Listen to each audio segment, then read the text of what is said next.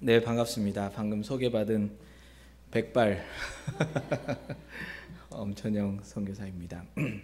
잠깐 기도하고 시작하도록 하겠습니다. 하나님, 감사드립니다. 오늘 이렇게 귀한 교회와 함께 만나 주님의 일하심을 기억하며 주님을 찬양하며 저희가 그 주님 앞에 어떤 마음과 어떤 모습으로 또 오늘을 살아가며 우리의 삶의 방향을 정해야 할지를 하나님 함께 고민하고 나누는 시간이 되길 원합니다. 우리 가운데 함께하여 주시고 주님 말씀하여 주옵소서. 감사하고 예수님의 이름으로 기도드렸습니다. 아멘.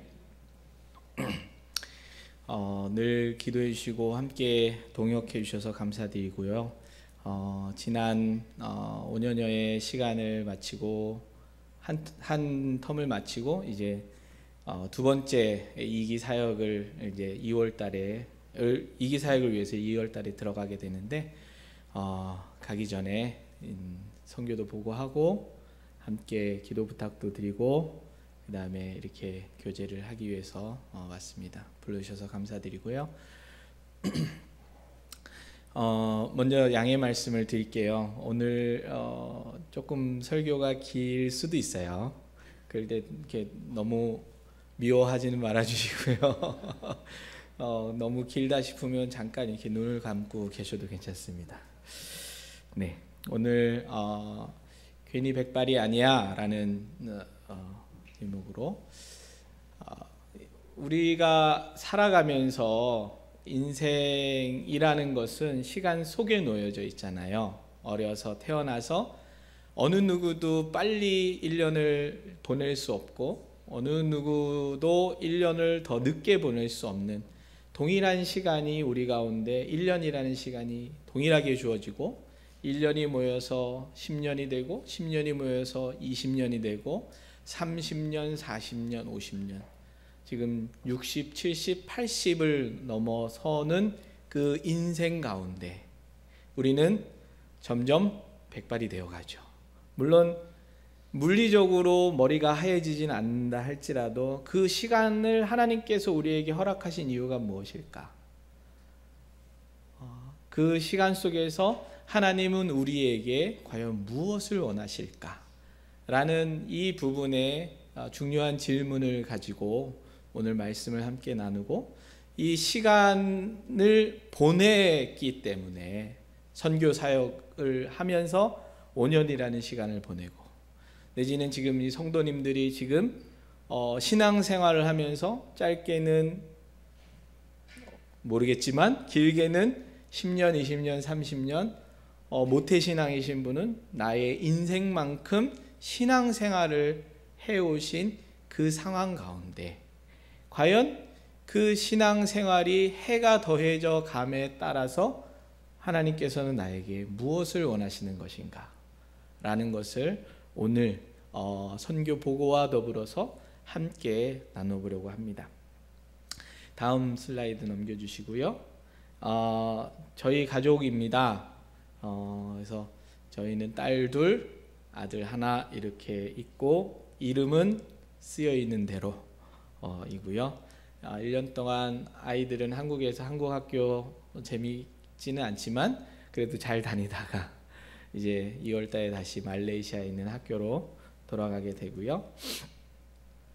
그 다음에 넘겨주시면 말레이시아를 가보신 분 계신가요? 말레이시아를 가보신 분 혹시 말레이시아가 굉장히 은석교회 성도님들한테 소외된 나라네요. 그렇죠? 말레이시아는 두 지역으로 나뉘어져 있어요. 이렇게 지도에 보시면 오른쪽 부분이 있고 왼쪽 부분이 있는데 왼쪽 부분에 쿠알라룸푸르라는 수도가 있는 지역, 거기에 위로는 태국, 밑으로는 싱가포르라는 나라와 접경해 있고요. 지금 지도의 오른쪽에 보면 섬이 있어요. 그거를 보르네오 섬이라고 저희한테는 알려져 있어요. 그래서 예전에 보르네오 가구가 유명했었잖아요. 저기에 원목들이 굉장히 많이 생산이 됐었고 여전히 많이 생산이 되고 있고 그래서 저희가 섬기고 있는 부족은 주로 산 쪽에 살고 계시거든요. 그러면 그 부족 마을을 찾아갈 때 지금 이 원목을 실은 트럭들이 엄청나게 많이 내려와요. 지금도 여전히. 그래서 브라질에 있는 아마존 다음으로 나무가 많은, 그래서 곳이어서 미세먼지라고는 눈을 씻고 찾아볼래도 찾아볼 수 없는 아주 깨끗한 공기가 있는 곳이에요. 넘겨주시고요. 그 중에 저희는 동말레이시아라는 곳에 있어요. 아까 보르네오 섬을 동말레이시아라고 얘기하거든요. 거기에 보면 미리라는 도시가 있습니다. 미리라는 도시에서 저희가 거점을 삼고 저 인도네시아 국경 지역의 산 쪽에 살고 계신 삼베 부족을 섬기고 있어요. 그래서 미리에서 거점을 삼고 마을을 방문하면서 사역을 하고 있습니다. 그 다음에 넘겨주시면 저희가 섬기는 삼베 부족은 이러한 기본 정보를 갖고 있는데 성경은 신약 성경이 1978년도에 번역이 됐어요. 그 이후에 구약이 없다가 2001년도에 이 삼베 부족 분들 몇 분이 저희 단체에 와서 우리도 구약 성경을 번역하고 성경 전설을 가지고 싶습니다 라는 요청이 있어서 2001년에 사역이 시작이 되었고, 저희 가정은 2015년에 이 구약 성경 번역 팀에 합류를 하게 되었습니다. 그래서 이 삼베 부족 분들의 특징 중에 하나는 1970년대에 그 산지 마을에 부흥이 있었어요. 그래서 1907년에 평양 대부흥이 있었던 것과 굉장히 비슷한 양상을 이분들이 직접 경험하셨고, 그때의 청소년기에 계셨던 분들이 지금 50대 목사님들로 사역을 하시는 경우들이 굉장히 많이 있어요. 그 여파로 산지족 마을에 가면 마을마다 거의 교회가 있어요. 그래서 그분들의 예배는 찬양과 기도가 굉장히 뜨겁고 깊고, 그런데 한 가지 아쉬운 점은 그분들의 그 문화 자체가 무엇을 읽고 이해하는 문화가 아니고 듣고 이해하는 문화였기 때문에 지금도 여전히 성경을 읽는 것에 대해서는 그렇게 쉽지 않게 생각을 하세요. 그래서 성경을 잘 안 읽다 보니까 말씀에 대한 이해가 많지 않고, 그것은 비단 성도님들의 교인들의 문제만이 아닌 목사님들도 거기에 대해서 깊은 이해를 잘 못하고 계세요. 그래서 이 말씀을 듣고 읽고 묵상하고 그것이 나의 삶의 지표로 삼고 신앙생활을 하는 쪽에는 약하고, 하나님 앞에 나와서 기도하고 하나님을 찬양하고 예배하고 이런 것에 굉장히 이렇게 잘 특화가 되셔서 예배를 드릴 때 보면 옆에 이렇게 뜨거운 불에 있으면 옆에 가까이 가면 뜨겁잖아요. 그런 것처럼 찬양을 하는데 옆에서 같이 찬양을 하면 마음 가운데 이분들이 진짜 하나님을 찬양하는구나, 이런 마음들이 들고, 보통 저희가 새벽 예배, 새벽 기도회가 있고 통성기도 이런 거 하잖아요.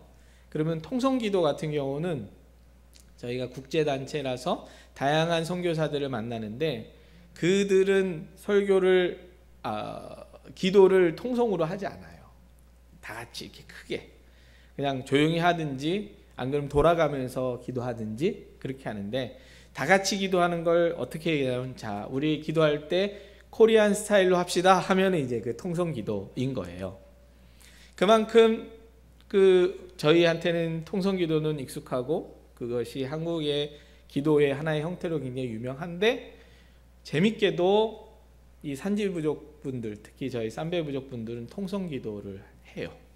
저희랑 비슷하게 아주 뜨겁게 큰 소리로 방언도 하시고, 그런 걸 보면서 부흥을 경험한 민족들에게서 가지고 있는 어떤 유사성이랄까, 그런 게 있는 것 같아요. 그래서 더더군다나 성경을 번역하고 그 성경의 내용이 우리의 삶에서 무엇을 의미하는 바를 알려주는 것, 내지는 같이 고민하는 것은 이분들의 신앙생활을 더 건강하게 하고 튼튼하게 세워가는 데 굉장히 중요한 것이라고 여겨집니다. 넘겨주시고요.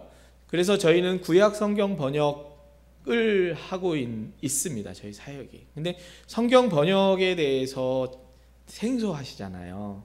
우리가 번역이라는 것에 대해서 생소한데 저희는 소수 부족의 언어로 그들의 말로 그들이 이해하기 쉽게 그리고 정확하게 번역을 하는 데 초점을 맞추고 있어요.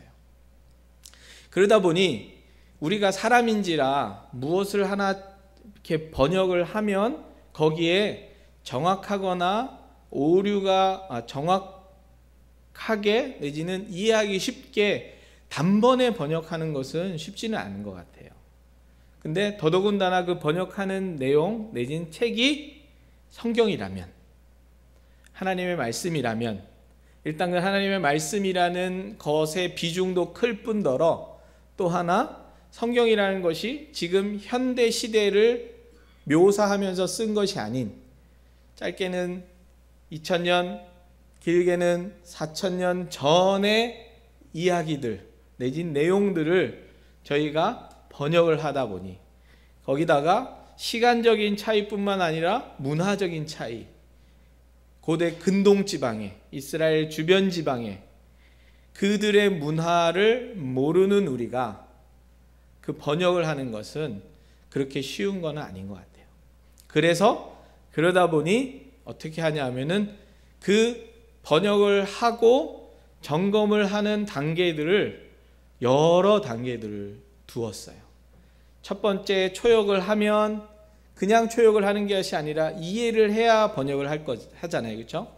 그러면 조금 있다가 이제 소개해드릴 목사님들이 번역을 초역을 하면 그것이 얼마나 정확하게 번역이 되었는지 한번 점검하고 그것이 정말 정확하게 됐다면 이해하기 쉬운지를 다시 한번 점검하고 그 다음에 그것도 모자라서 전문가를 불러서 아주 오래된 경력과 훈련받은 전문가를 불러서 다시 한번 그분에 의해서 그것이 정확하게 번역이 됐는지 또 점검하고 그것이 정말 이해하기 쉬운지 또 점검을 하고 그 점검이 끝난 후에는 이제는 어떻게 하냐면은 교정을 해요.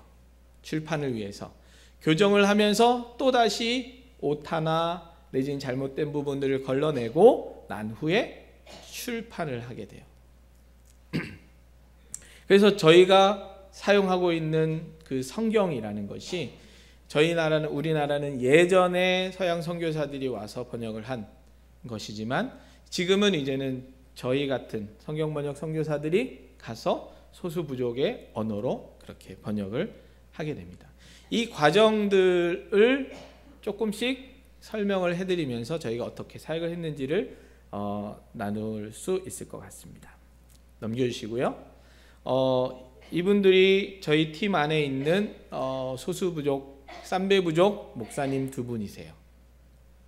지금 사무실 안에서 카메라를 보고 웃고 계시죠?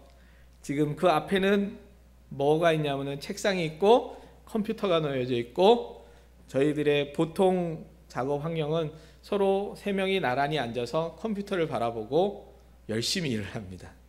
그분들은 말레이어 공용어 성경을 가지고 그들의 쌈베어 성경을 번역을 하고요. 저는 그것을 초역이라고 해요. 초벌 번역, 초역. 그래서 그분들이 그렇게 번역을 하고 그 다음에 넘겨주시면 정확도 점검을 하게 돼요.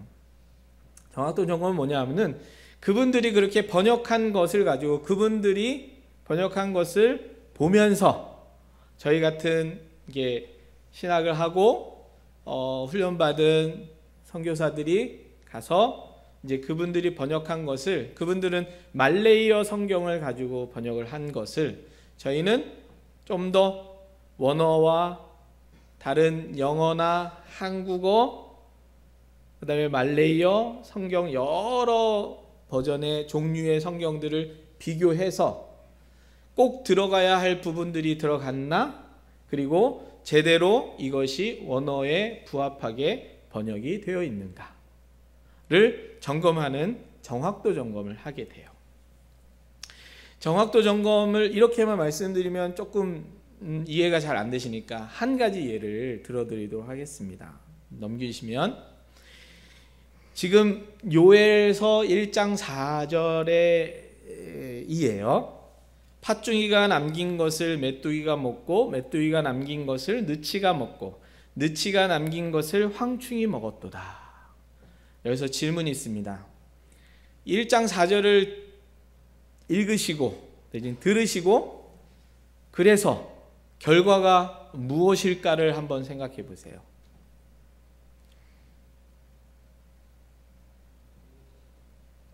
방금 누가 어떤 말씀 하셨죠? 네, 장로님. 아무것도 없다. 동의가 되시나요? 맞는 것 같아요. 그러면 성경을 잘 읽으시고 잘 이해하신 거예요. 그럼 두 번째 질문. 팥중이가 어떤 건지 아시는 분 계시나요? 틀려도 혼나지 않습니다. 틀려도 매를 대지 않고요. 어느 누구도 창피를 주지 않아요. 저도 이걸 준비하기 전까지 몰랐으니까요. 팥중이가 뭔지 아시는 분? 메뚜기 아시는 분? 메뚜기는 아직 손을 안 드신 분도 계세요. 그 다음에 느치가 뭔지 아시는 분? 느치, 여치 아닙니다. 느치예요. 황충이 뭔지 아시는 분? 뭐예요? 노란 송충이? 땡. 감사합니다, 장로님. 참여해 주셔서. 모르죠?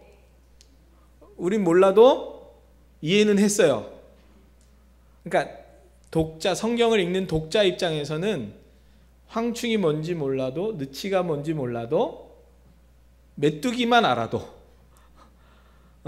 그 다음에 팥중이가 뭔지 몰라도 정확하게 이해를 했어요.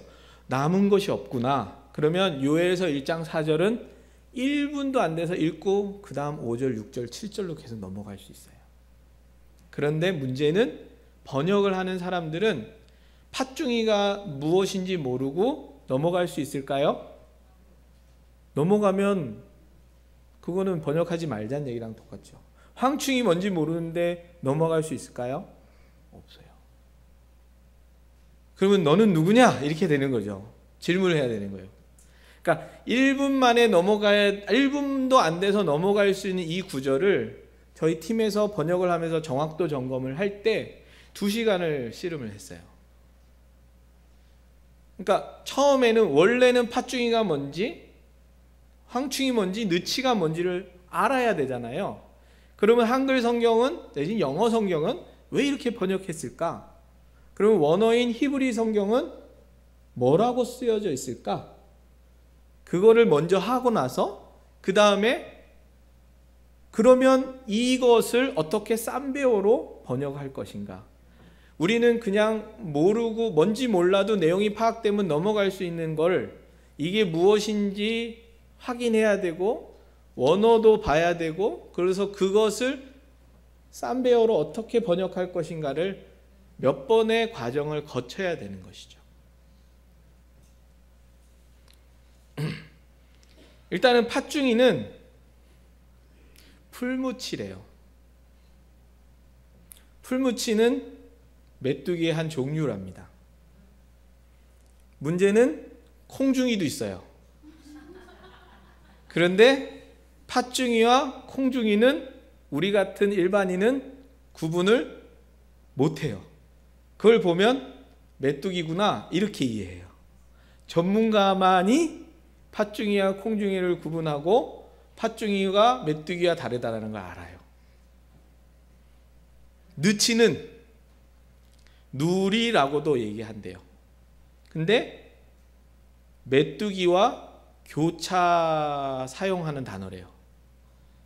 그건 느치는 메뚜기의 또 다른 이름이죠. 황충, 누런 송충이라고 이해할 수 있을 거예요, 한자로 보면. 그런데 메뚜기의 한자 표기랍니다. 그러면 이걸 그냥 번역하면 메뚜기 비슷한 것이 남긴 것을 메뚜기가 먹었고, 그것을 메뚜기가 남긴 것을 메뚜기가 먹었고, 메뚜기가 남긴 것을 메뚜기가 먹었다, 이렇게 번역이 되는 거죠, 원래는 의미는. 그런데 한글 성경에는 왜 굳이 뭔지도 잘 모르는 황충을 집어넣고 느치를 집어넣고 팥중이를 집어넣었을까요? 이게 한글 성경이 굉장히 고민하면서 번역했다는 증거거든요. 왜냐하면은 히브리어 성경에 그 곤충을 나타내는 단어가, 메뚜기를 나타내는 단어가 4개가 나오는데 4개의 다른 단어로 쓰고 있어요. 그런데 문제는 아까 말씀드렸듯이 요엘서는 지금부터 3000년 이상 지난 이전에 쓰여진, 그리고 히브리어로 쓰여졌기 때문에 학자들이 그 단어가 무엇을 의미하는지에 대해 잘 몰라요. 이 의견이 분분한 상황이에요. 그래서 메뚜기의 4가지 다른 종류일 것이다 라고 주장하는 학자들과 메뚜기의 성장 과정 중에 4단계를 말하는 것이다, 이렇게 주장을 하고 해석을 하고 주장을 해요. 근데 어느 누구도 정답이라고, 이것이 정답이라고 얘기할 수 없어요. 결국에는 이러한 주장들 중에 이제는 우리가 어떤 것을 선택을 해서 번역을 하는 것만 남은 거죠.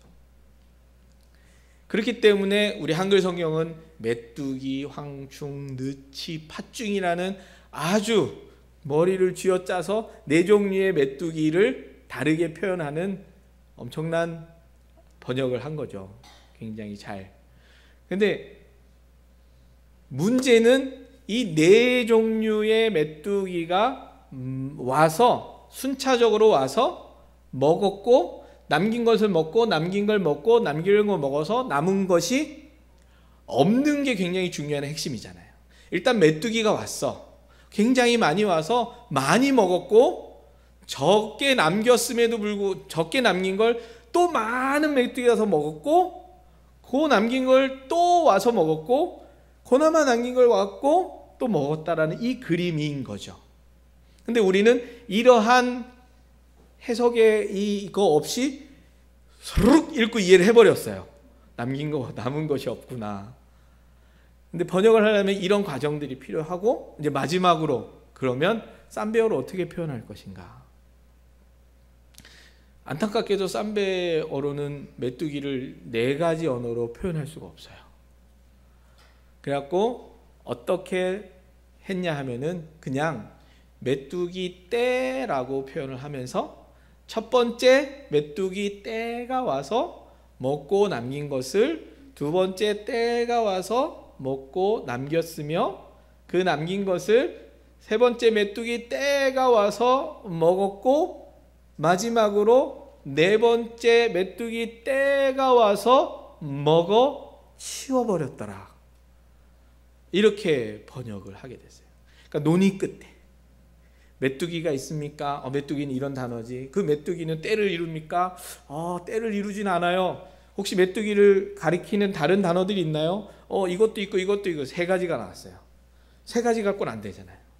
그러니까 그렇게 논의하고 질문하고 답을 하고 그게 적합할까? 아닐 것 같아. 어떻게 할까? 아니야. 그러면 이 메뚜기를 종류로 얘기할 수는 없겠지. 그러면서 결국에는 얘기한 게 방금 제가 말씀드린 그 방식으로 번역을 하게 됐어요. 정확도 초역할 때는 이런 본문이 아니었는데, 그 목사님들은 뭘 어떻게 했냐면 말레이어 성경에 그 단어를 그냥 갖고 왔어요. 갖고 와서 썼는데, 문제는 이 단어가 우리처럼 황충이 뭔지 잘 모르는 것처럼 그분들이 이 단어가 뭔지 잘 모르는 거예요. 그러면 모르는 거 굳이 우리가 하지 말고 확실히 아는 걸로 하자, 이렇게 해갖고 그렇게 번역했습니다. 어떻게? 정확하게 이 뜻이 제대로 정확하게 그려질 수 있도록, 전달될 수 있도록 넘겨주시고요. 그러고 나면 이해도 점검을 해요. 팀 안에서 이것이 초역으로 한번 하고, 그 다음에 팀 안에서 정확도 점검까지 했으면 이제 팀에서 사람들을 초청합니다. 한번 와주세요 해갖고, 예를 들면 요엘서를 한다 하면 요엘서를 1장부터 4장까지 프린트를 해요. 그러고 나서 다 나눠드립니다. 그리고 부탁드려요. 자, 이쪽 분은, 첫 번째 분은 1장 1절부터 4절까지 읽어주세요. 그리고 읽어요. 읽고 나서 질문을 합니다. 자, 1장 4절 읽었어요. 그러면 지금 남아있는 곡식은 얼만큼 될까요? 이렇게 질문해요. 그러면 답이 그래도 좀 남아있지 않을까요? 이러면 이제 제대로 이해가 안 된 거죠. 제대로 이해되도록. 근데 답이 뭐 먹을 게 남아있기는 하겠어요. 나무 껍질도 뭐 다 뺏겨갔겠는걸요? 예를 들면 이렇게 답이 나오면 잘된 번역이 되는 거죠. 이해가 됐으니까. 그러니까 누가 언제 어디서 무엇을 어떻게 왜 했는가라는 그런 질문들을 해요. 언제 했어요? 언제 누가 갔어요? 어디로 갔어요? 무엇을 했어요? 누가 했어요?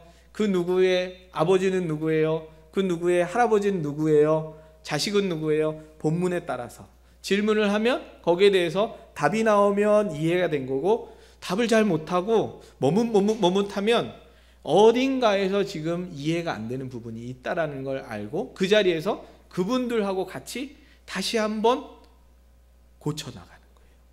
이해하기 쉽게. 넘겨주시고요.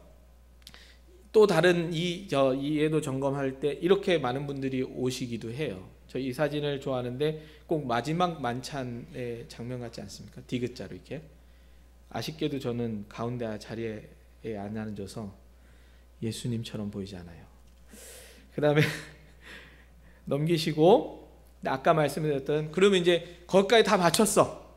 그러면 이제는 전문가를 불러요.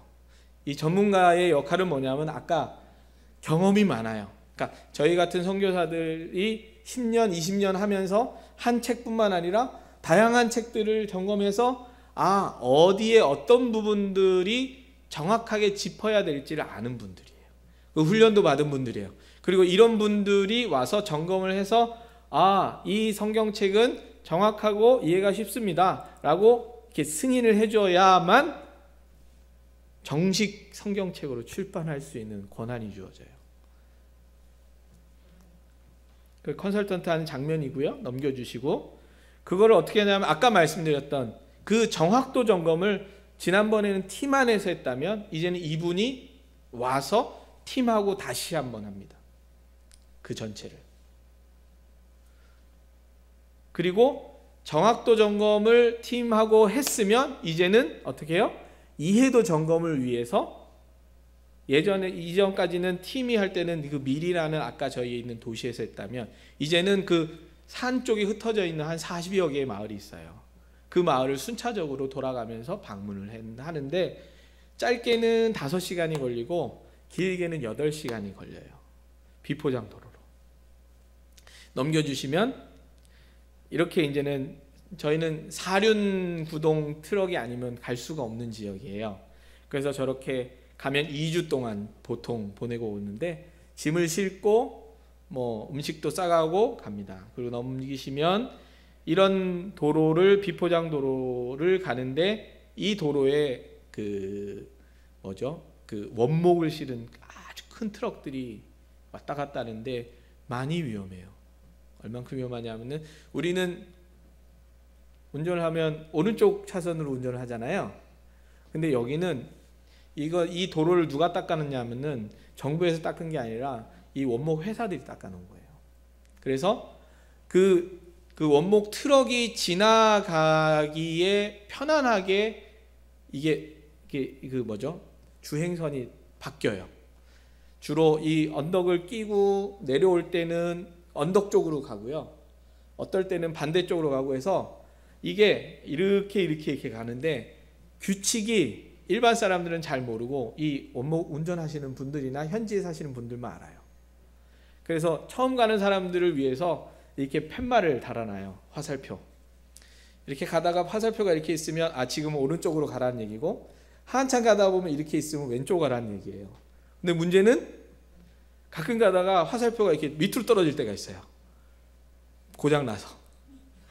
그러면 이제 땅으로 꺼질 수는 없고, 저게 분명히 왼쪽 아니면 오른쪽인데 어딘지를 모르는 거예요. 그럴 때는 굉장히 이게 겁이 나죠.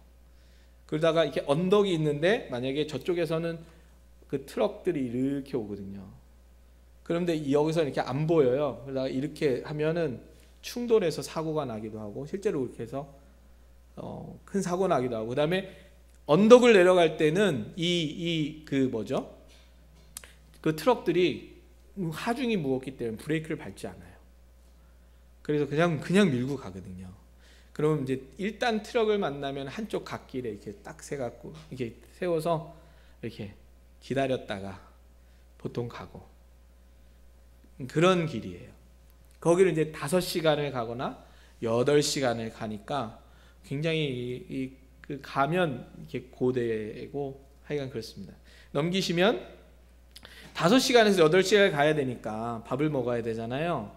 휴게소가 없으니까 저런 가다가 옆에 이제 냇가에 가서 밥을 먹습니다. 휴게소처럼. 가면 도시락은 바나나 잎에 쌓인 밥과 닭, 저기 도시락이에요. 그리고 넘겨주시면 또 이런 길을 건너서 가고, 넘겨주시면 또 이런 길을 계속 가다가 또 넘기시면 어떤 마을은 이제는 배를 타고 들어가야 되고, 그렇게 가서 결국에는 걸어서 다리를 건너야만 하는 마을은 저런 다리를 건너서 넘겨주시면 이런 마을에 도착해야 돼요. 저게 8시간에서 9시간 걸리는 마을이에요. 이 마을이. 그럼 마을이 되게 깨끗해요. 근데 가는 길은 그래요. 저기는 전기가 없어요. 수도가 없어요. 산에서 파이프를 꽂아서 물을 대고, 전기는 밤에 발전기로 밤에만 돌려요. 그래서 이분들은 사는데 생활비가 거의 안 든다 그러더라고요. 그리고 넘기시면 또 다른 마을의 풍경이고, 다 산에 있는 마을이에요. 자, 넘기시면 그 안에 한 교회예요.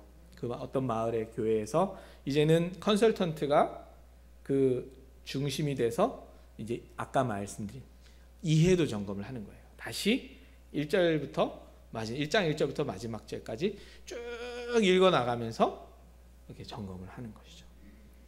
넘겨주시고, 이거는 또 다른 마을이고요.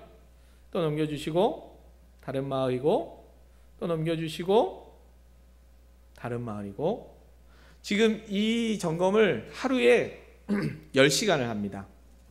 아침 8시부터 밤 11시까지 하루에 10시간씩 2주 동안. 왜 그러냐면은 컨설턴트는 우리랑 같이 지내지 않거든요. 외국에서 보통 와요. 그럼 초청하려면 비용이 들잖아요. 한 번 올 때 많이 하자. 그래서 와갖고 할 때, 그 다음에 또 뭐냐면 구약 성경은 긴 책들이 많아요. 창세기 50장, 출애굽기 40장, 뭐 역대상 32장 막 이러니까 그거를 그냥 읽어내면 괜찮지만, 아까 말씀드린 한 절 한 절 읽으면서 질문하고, 질문한 대로 다 답이 쑥쑥쑥 나오면 괜찮은데, 어떤 것들 아까 그 정확도 점검의 그 요엘서 1장 4절처럼 어느 부분 막혀버리면 30분이고 1시간이고 시간을 보낼 수밖에 없어요. 그렇게 하다 보니까 2주 동안 해야 간신히 그 한 권을 마무리할 수 있는. 그래서 아침 8시에 시작해서 오전에 4시간, 오후에 3시간, 저녁에 3시간 넘겨주시고요. 가면 2주가 있으니까 거기에 수요 예배가 있죠. 주일 예배가 있어요. 그러면 가서 설교를 할 기회가 주어집니다. 그러면 설교 시간에 뭘 할까요? 저희가 점검하는 그 책의 본문을 가지고 설교를 해요. 그러면 다들 좋아하시고, 그 다음에 넘기시면 그렇게 해서 2주 동안 점검을 하면 한 권을 마치잖아요. 그럼 저희가 프린터기를 들고 가서 모든 점검을 마친 그 책을 프린트를 한 10부, 20부 정도 해서 그 교회에 드리고 와요.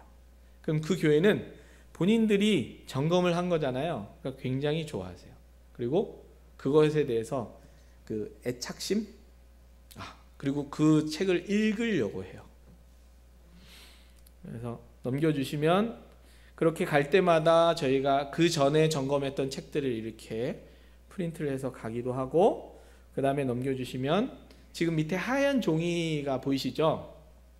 무슨 글씨가 쓰여져 있는지는 안 보이실 거예요.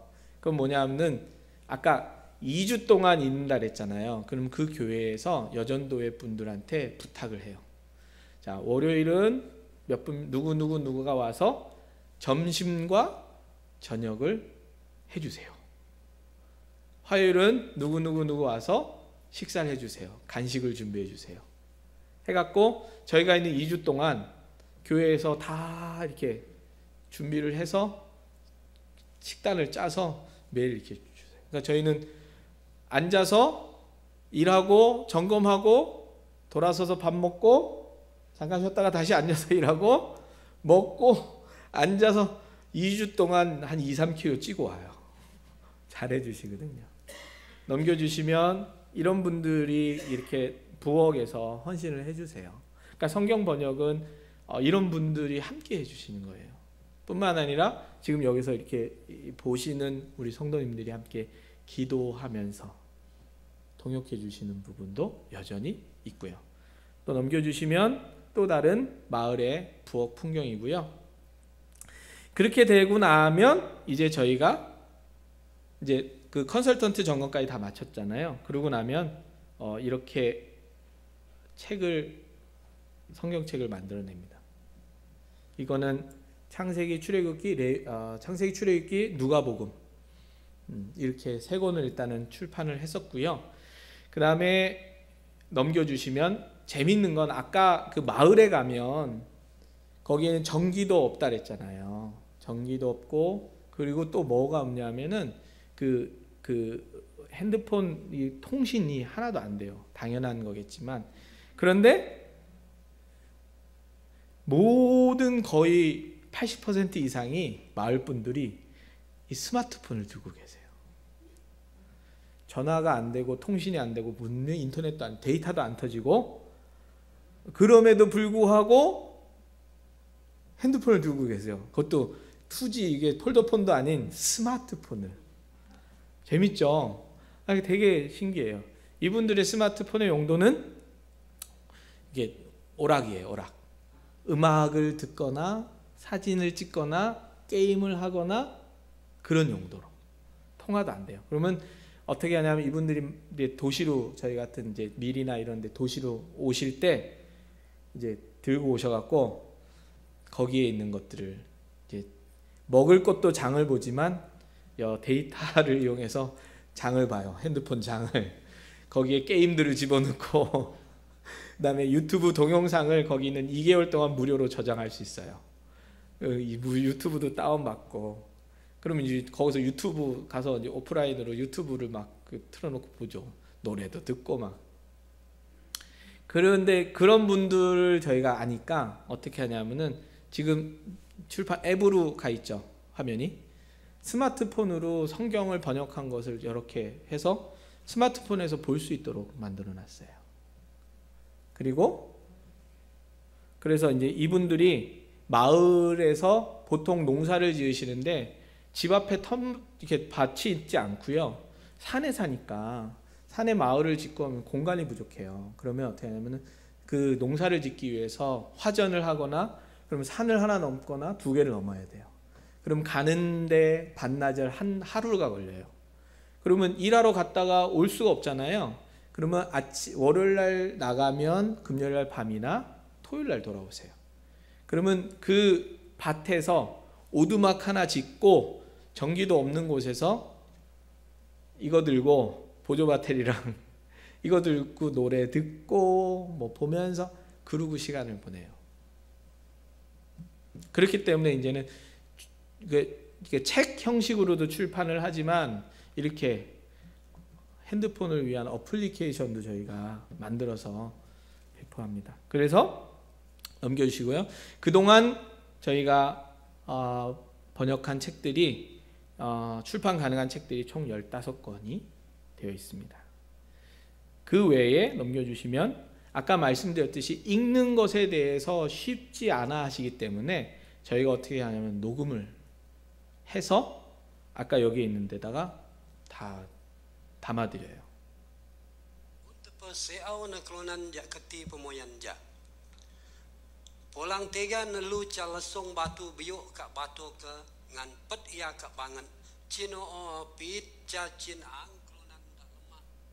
그러니까 이분들이 스마트폰을 가지고 보지 않고 주로 들으세요. 그래서 저희가 이렇게 녹음을 하고 그걸 가지고 여기다 집어넣어서 드리기도 하는 일들을 합니다. 이게 저희가 하는 성경 번역 사역의 윤곽이에요. 넘겨주세요. 그런데 이제는 그렇게 하고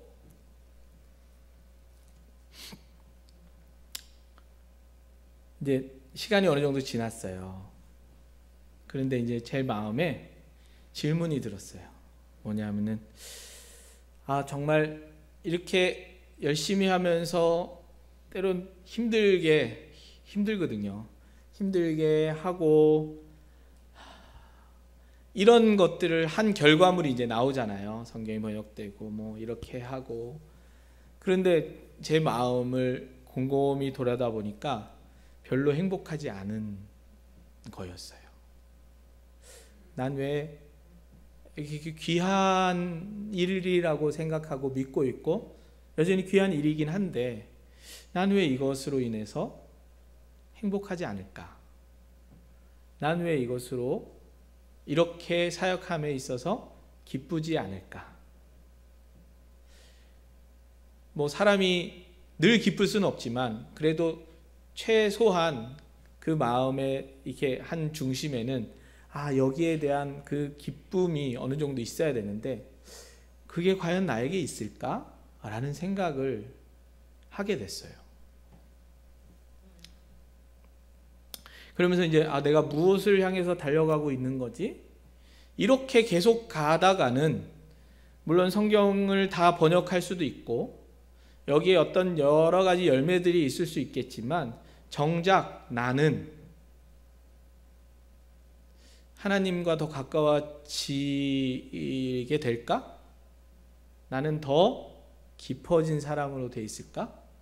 아니면 정말 그 일에 쫓겨서 이 계획에 치여서 계속 거기에 신경 쓰고 그러고 있는 제 자신을 보면서 이렇게 하는 것은 건강한 사역이 아니겠다라는 생각을 하게 되고 안식년을 하기로 결정을 하고 들어왔어요.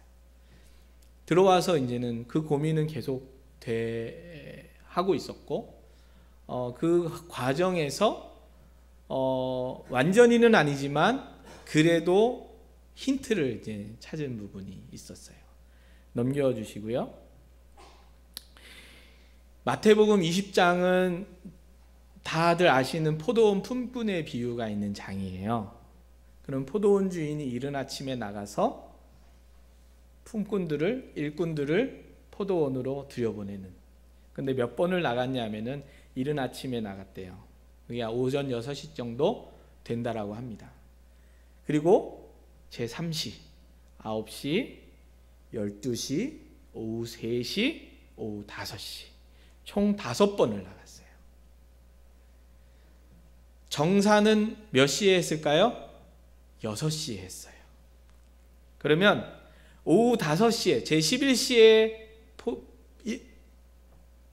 포도원으로 들어간 일꾼은 1시간이랬잖아요. 재밌게도 포도원 주인은 정산을 누구부터 해줬냐 하면은 1시간 일하는 사람부터 해준 거죠. 1시간 일하는 사람 딱 불러서 얼마를 줬습니까? 1달란트를 줬잖아요. 그러니까 새벽 6시에 온 사람들은 속으로 막 김칫국을 드링킹하고 있는 거죠. 야, 1시간이라고 1달란트? 와, 최소한 한 달란트보다 더 받고 나는 12시간을 일했으니까 12달란트. 대박. 이런데 이렇게 차올랐던 기대감이 언제부터 빠지냐 하면은 오후 3시에 온 사람한테도 한 달란트를 주고 12시에 온 사람한테도 한 달란트를 주니까 불안해지기 시작하는 거죠. 나도 혹시 한 달란트만 받는 게 아닐까? 근데 그 걱정이 현실이 되어버렸어요. 이 사람들이 취한 행동은 무엇일까요? 감사합니다. 그리고 갔을까요? 불평을 했어요. 항의를 했어요. 그 항의가 정당하다고 느껴지세요? 아니에요? 정당하다고 느끼시죠? 전 보면서 진짜 억울했겠다.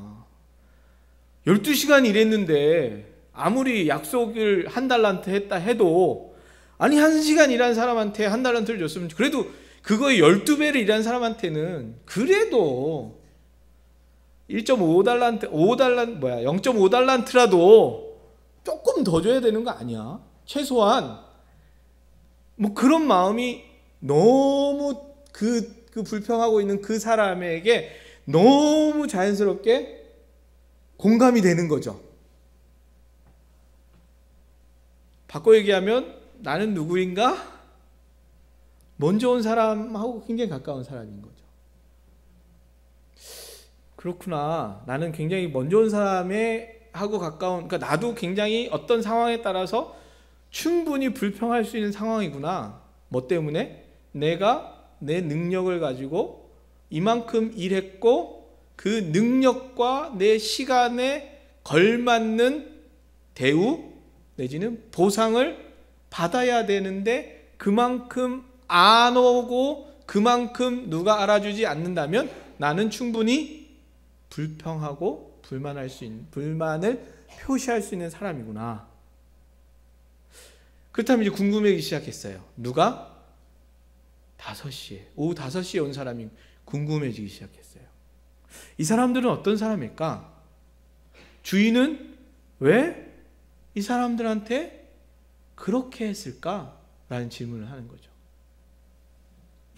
근데 여기서 제가 그걸 알고 나서 되게 감사했어요. 그리고 나는 어쩌면 여기에 속한 첫 번째 사람의 성향을 많이 갖고 있는데 나는 오후 5시에 있는 사람이겠구나라는 생각을 했어요. 그게 뭐냐 하면은 한글 성경에는 아까는 이제 그 요엘에서 1장 4절은 한글 성경이 굉장히 노력하고 잘한 걸 칭찬하는 부분이라면 마태복음 20장은 한글 성경을 조금 잘못했다 이렇게 얘기해야 되는 부분인데 이른 아침과 9시, 12시, 오후 3시에 포도원 주인이 한 행동은 동일했어요. 나가서 장터로 나가서 봤어요. 이게 그 주인의 행동이었어요. 나가서 보니 장터에 사람이 있었어요. 사람이 있으니 들여보냈어요. 그런데 오후 5시는 행동이 좀 달라요. 나가서 보니 장터에 사람이 있는 게 아니고 장터에 사람이 없어요. 장터에는 사람이 없어요.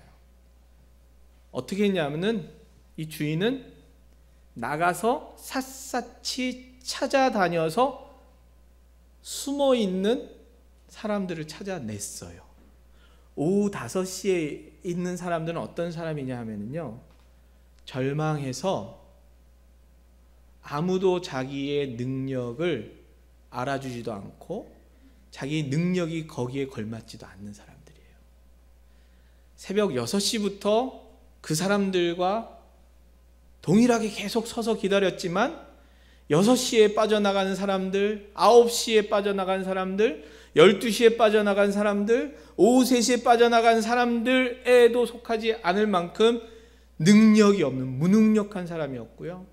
가치가 떨어지는 사람이었고요. 거기에 소외된 사람이었어요. 이 사람은 왜 계속 그 자리에 서서 기다릴 수밖에 없었을까요? 일을 해야만 먹고 살 수 있고 자기 가족들을 살릴 수 있는 유일한 소망이 그건데, 이제는 오후 3시에 사람들이 불려나가는 걸 보고 자기가 선택받지 못함으로 인하여 이 사람은 마지막 남은 소망을 끈이 놓여진 거예요. 어떻게 해야 될까? 방황하고 한쪽에 처박혀서 머리를 싸매고 앞이 캄캄한 사람이에요. 어떠한 소망도 없는 그 사람에게 주인은 어떻게 해요? 샅샅이 뒤져가면서 찾아냈고 들여보냈어요. 왜 이렇게 해석이 가능하냐 하면요, 아까 얘기했듯이 첫 번째 온 그 주인의 행동은 나가서 본 게 다거든요. 근데 여기서 제일 마지막에 오후 5시에는 주인의 행동은 나가서 찾아다녔는데, 그 찾아다닌 게 어디서 동일하게 쓰이냐면은 누가복음 15장에 잃어버린 한 마리 양의 비유, 99마리가 있지만 한 마리 양을 잃어버렸을 때 그 목자가 찾아다녀서 결국에는 찾아서 데리고 오잖아요. 그 찾아다니는 그 단어가 여기에 쓰여요. 과부가 드라크마를 잃어버렸어요. 어디 있는지 샅샅이 찾고, 여기도 찾고, 집안 구석구석 찾는 행위가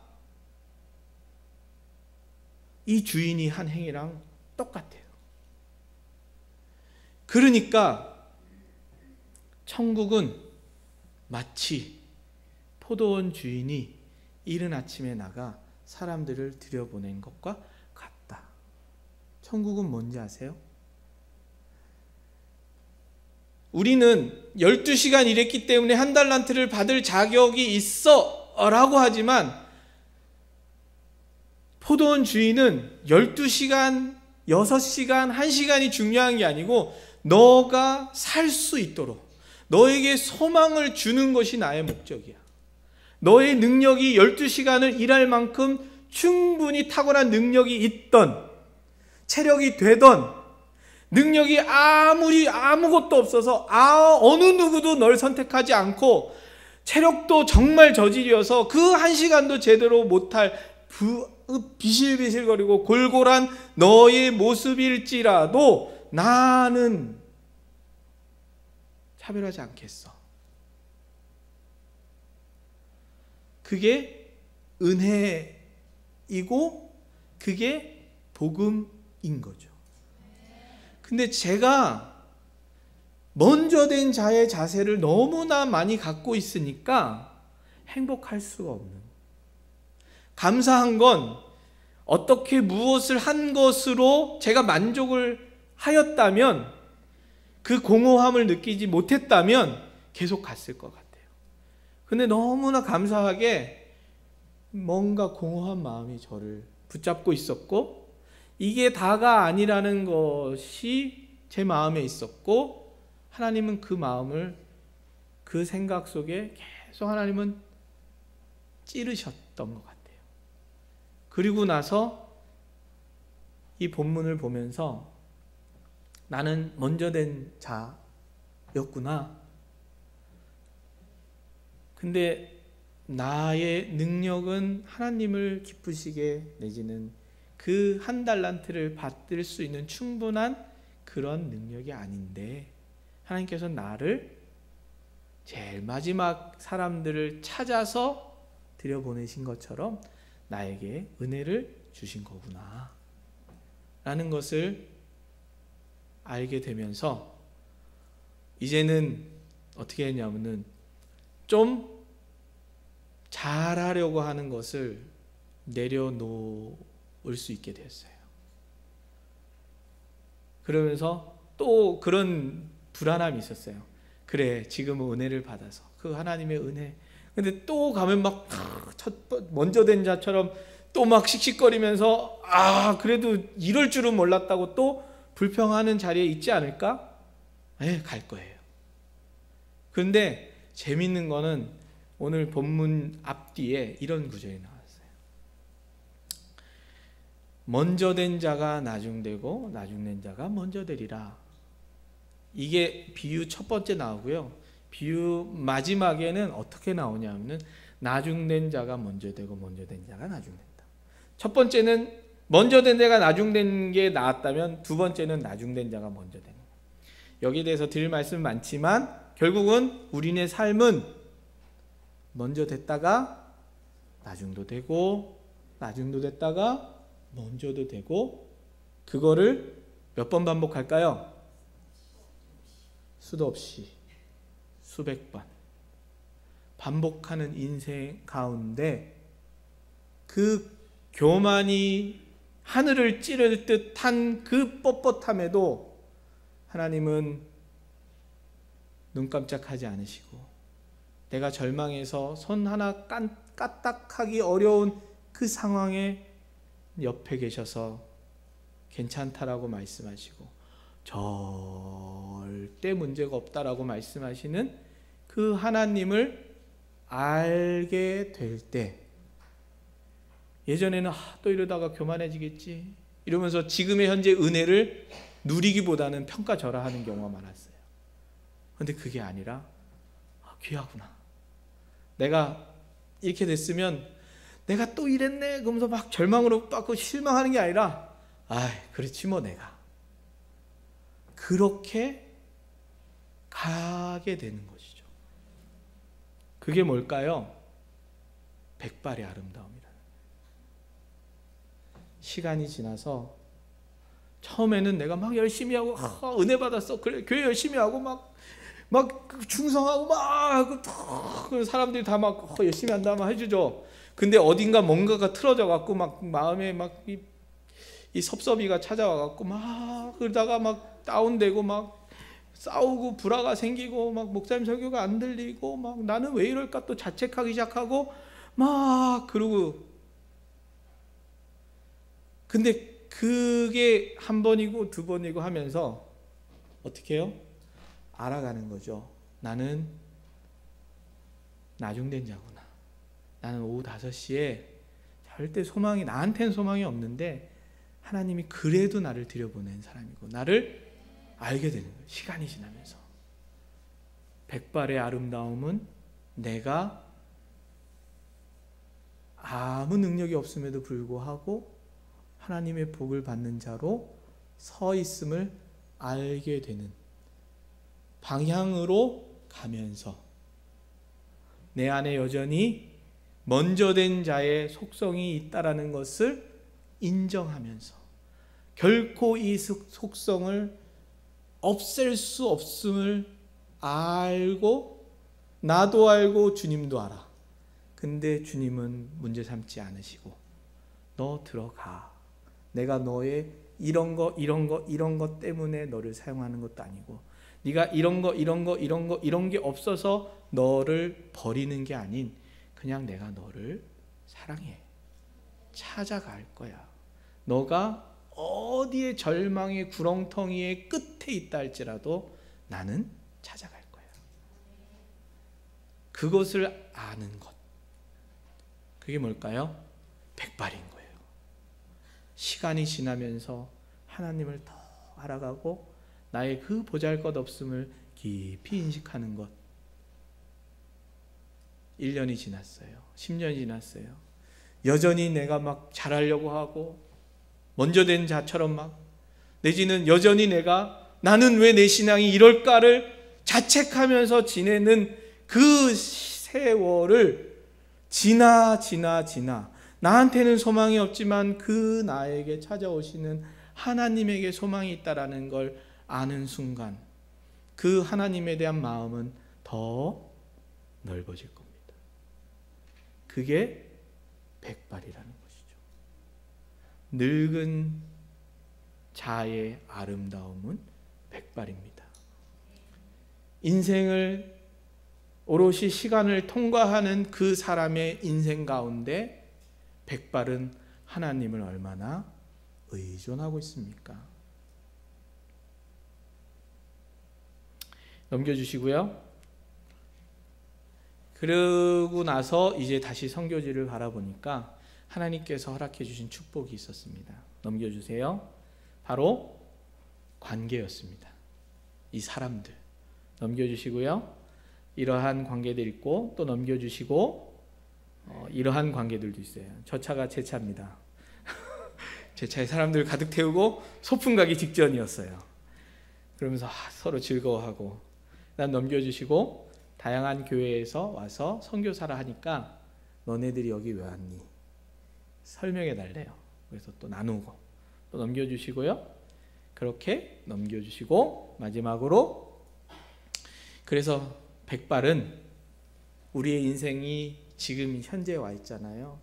그 시간을 오롯이 통과하여서 얻은 현재의 내 삶이 지금 삶에서 하나님을 얼마나 의존하고 있습니까? 네, 이제 흰머리가 하나 둘 생겼네요. 아, 그래도 거진 반백이 됐네요. 네, 제 머리는 완전히 휘어졌어요. 라고 고백하게 되는 거죠. 그건 우리의 능력이 아닌 찾아오시는 그 하나님의 은혜로 우리는 이런 고백을 할 수 있다는 것이죠. 아무쪼록 저희 선교 사역을 위해서 기도해 주시기 바랍니다. 많은 성경책을 번역하는 것 필요한 것 같아요. 그런데 그것보다 더 중요한 게 있는 것 같아요. 제가 정말 백발이 되어 갔으면 좋겠어요. 이미 백발이지만 이런 백발 말고 백발이 되어 갔으면 좋겠어요. 그리고 지금 가면 이제 5년 후쯤이나 다시 나올 것 같은데 시간이 지났을 때 우리 성도님들을 만났을 때 이제 우리 목사님을 통해서 들리는 소식이 그때 5년 전하고 비교했을 때 우리 교인들의 흰머리 숫자가 더 늘었어요. 라는 얘기를 서로 주고받을 수 있는 그러한 복된 삶을 누리기를 주님의 이름으로 축원합니다. 기도하겠습니다.